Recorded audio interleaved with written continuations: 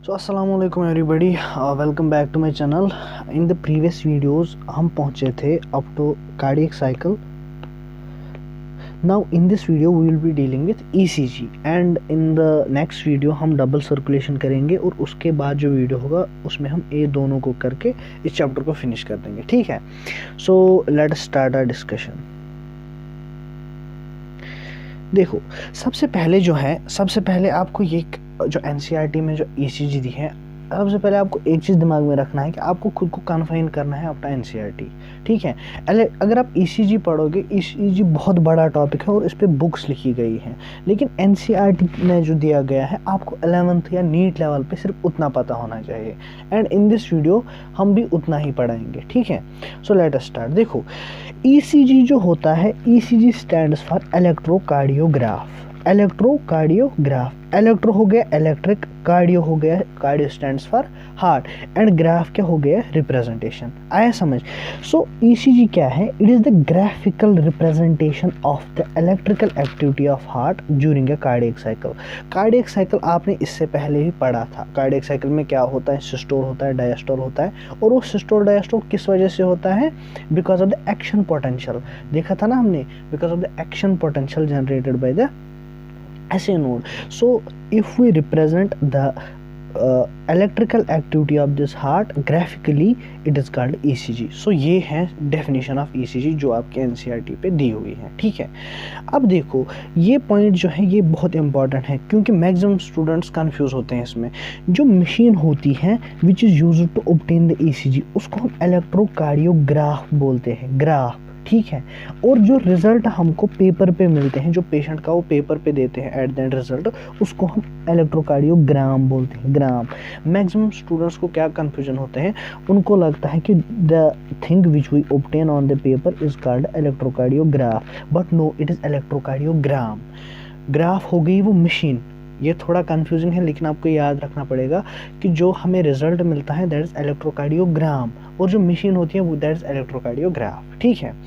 अब देखो, अब अगर हम स्टैंडर्ड ईसीजी की बात करें, और वही आपकी एनसीईआरटी में दी हुई है। स्टैंडर्ड ईसीजी में क्या होता है, हम मशीन से 3 लीड्स उठाते हैं और उन 3 लीड्स में से एक लीड हम पेशेंट के राइट रिस्ट पे बांध देते हैं, दूसरी पेशेंट के लेफ्ट रिस्ट पे, और तीसरी पेशेंट के लेफ्ट एंकल पे। So for standard ECG a patient is connected to the machine with 3 electrical leads, one each to wrist and one to left ankle.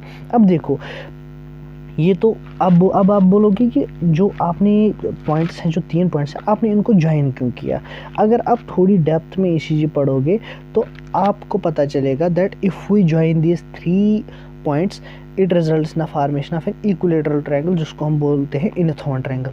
लेकिन आपको याद रखने की ज़रूरत नहीं है, बस कंसेप्ट को समझाने के लिए मैंने आपको ये बोला था। आपको बस ये याद रखना है, स्टैंडर्ड ईसीजी में 3 लीड्स होती हैं, कितनी? 3, और वो कहाँ कहाँ पे बंधी होती हैं, ठीक है।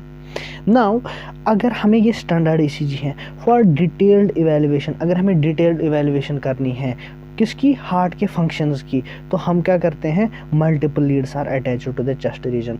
चेस्ट लीड्स जो होती हैं, चेस्ट रीजन में बहुत सारी लीड्स हम बांध देते हैं in addition to these 3 leads for detailed evaluation. But for standard ECG सिर्फ ये 3 लीड्स होती हैं, ठीक है। अब देखो, अब ये पॉइंट एनसीईआरटी पे दिया हुआ है, तो ये मैंने सोचा कभी भी पूछ सकते हैं।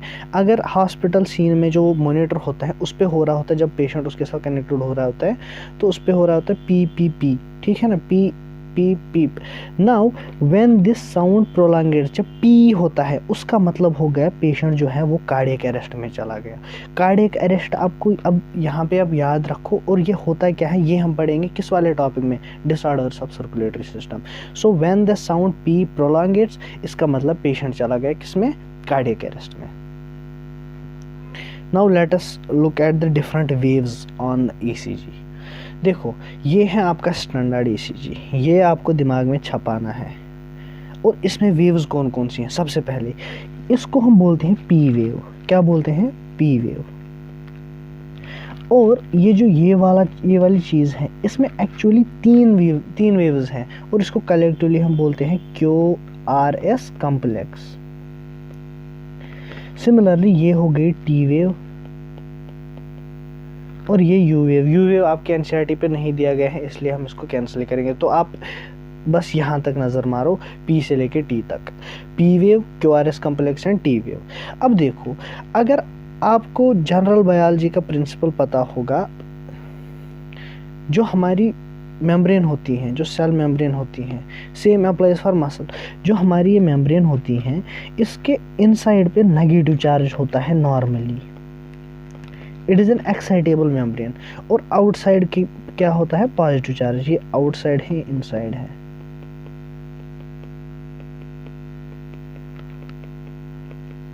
ठीक है, अब देखो ये नॉर्मल स्टेट होती है इसकी, आउटसाइड पॉजिटिव, इनसाइड नेगेटिव, और इस स्टेट को हम बोलते हैं पोलराइज्ड। क्या बोलते हैं, पोलराइज्ड।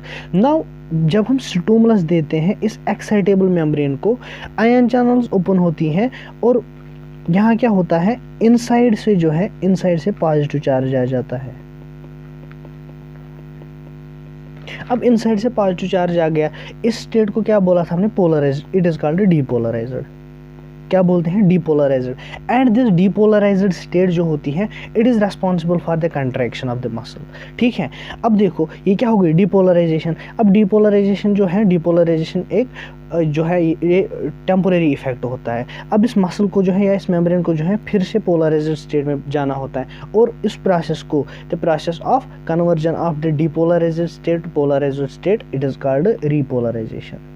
तो आपको क्या याद रखना, आपको सिर्फ सिंपल 3 चीज़ें याद रखनी है कि जो एक्साइटेबल मेम्ब्रेन होता है, उसमें नॉर्मली जो स्टेट होती है वो पोलराइज्ड होती है।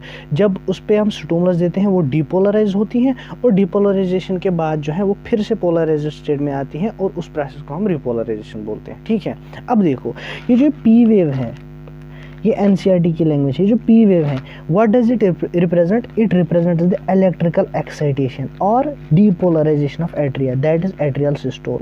सो this P wave stands for atrial systole. अब नेक्स्ट QRS कम्प्लेक्स, जो एक QRS कम्प्लेक्स है, QRS complex represents the depolarization of ventricles, that is ventricular systole.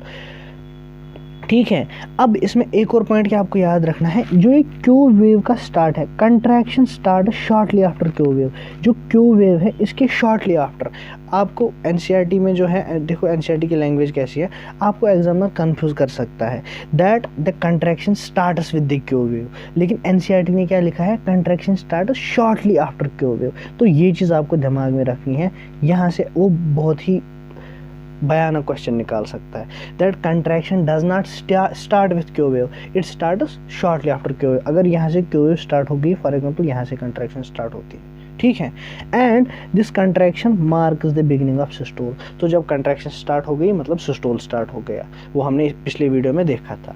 अब ये टी वेव क्या रिप्रेजेंट करता है, T wave represents the repolarisation of ventricles. देखो QRS कम्प्लेक्स में तो इसकी डिपोलराइजेशन हो गई, सिस्टोल हो गया, अब इसको आना है from depolarized state to polarised state. So depolarized state से पोलराइज्ड स्टेट में आने के लिए कौन सी प्रोसेस रेस्पॉन्सिबल होती है, that is called repolarization. Now this T wave represents repolarization of ventricles, that is return of ventricles from excited state to normal state. ठीक है, अब यू वेव मैंने ऐसे ही लिख दी क्योंकि हमें जो है फर्स्ट ईयर में यू वेव भी पढ़ाते हैं, और यू वेव ऑकेजनली पाई जाती हैं। क्यों, क्योंकि पैपिलरी मसल जो है वो रिपोलराइज जो है वो लेट करती हैं, उनकी वजह से।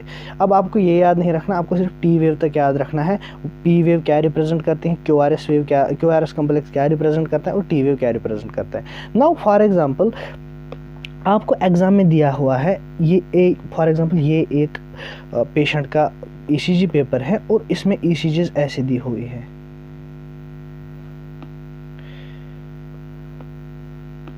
देखो कैसे,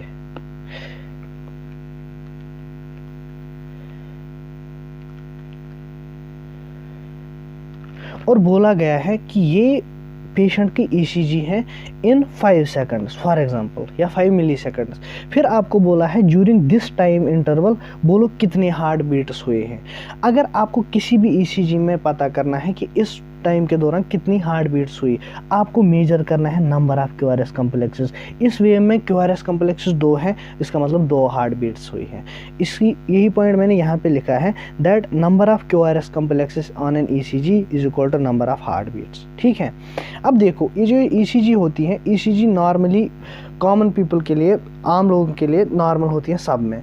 अब अगर हमने किसी पेशेंट का ईसीजी चेक किया और वो डिविएट हुआ इस नॉर्मल ईसीजी से, ये नॉर्मल है, तो उससे हम उसकी डिजीज़ जो है वो डायग्नोज कर सकते हैं। Therefore it is of great clinical significance, that is यहाँ यही मैंने यहाँ पे लिखा है, deviation from standard ECG, possible abnormality और disease, therefore it is of great clinical significance. ठीक है, सो ये जो है, ये टॉपिक जो है ये मुश्किल है थोड़ा समझने के लिए, लेकिन अगर आप खुद को कन्फाइन करोगे टू एनसीईआरटी और सिर्फ ये पॉइंट आप बेसिक याद रखोगे तो you are through in ECG. ठीक है, एट नीट लेवल।